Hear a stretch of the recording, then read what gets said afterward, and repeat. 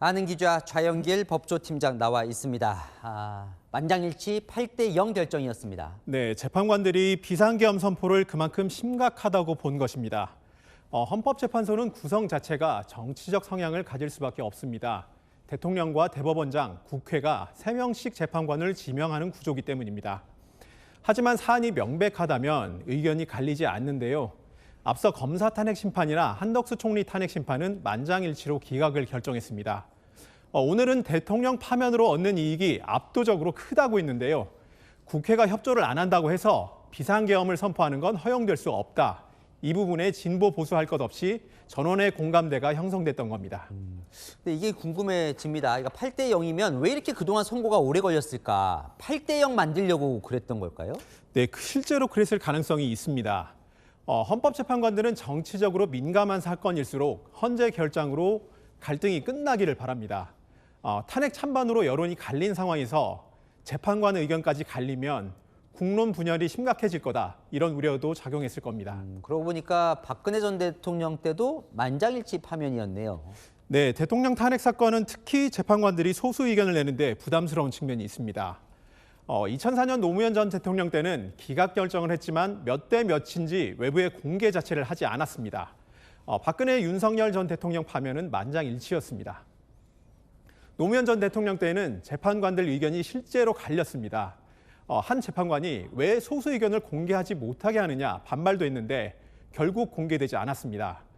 재판관들 스스로도 우리까지 의견이 분열되는 모습을 보이면 안 된다 이런 생각을 하는 겁니다.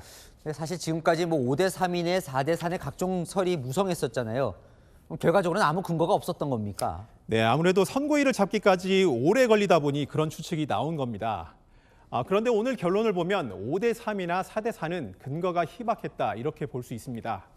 그런데 오늘 결정문을 보면 전체 맥락에서 좀 벗어난 것처럼 보이는 문장이 눈에 들어오는데요. 윤석열 전 대통령이 국회가 권력을 남용했다거나 국정마비를 초래했다고 판단한 건 존중받아야 한다. 이런 문장입니다. 헌재가 윤 전 대통령 입장을 일부 공감하는 듯한 대목입니다.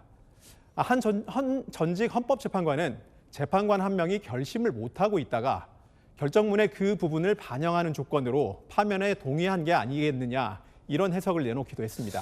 저는 보다가 이런 느낌 들었는데 실제로 다른 사람들도 느꼈다 그래서 문영배 권한대행이 오늘 선고문 쫙 읽었잖아요. 그런데 상당히 단정적으로 이야기들을 하더군요.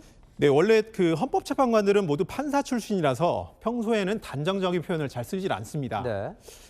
왜냐하면 나중에 사실관계가 달라질 경우에 난처한 경우가 생기기 때문입니다. 판결문에도 이러해 보인다라거나 인정된다는 식으로 애매하게 문정을 끝내는 경우가 많습니다. 하지만 오늘 결정문엔 이런 표현은 없고 단정적이거나 확정적인 문구가 많았습니다. 예를 들자면 윤 전 대통령이 국회 문을 부수고 인원을 끌어내라고 했다는 부분도 지시한 것으로 보인다가 아니라 지시하였다라고 적었습니다.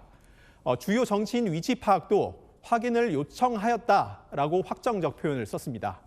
오늘 선고에 대한 추가 해석의 여지를 최소화하는 방식으로 추후 논란이나 갈등 발생 가능성을 최소화하려는 의도가 결정문에도 반영됐다고 볼 수 있습니다.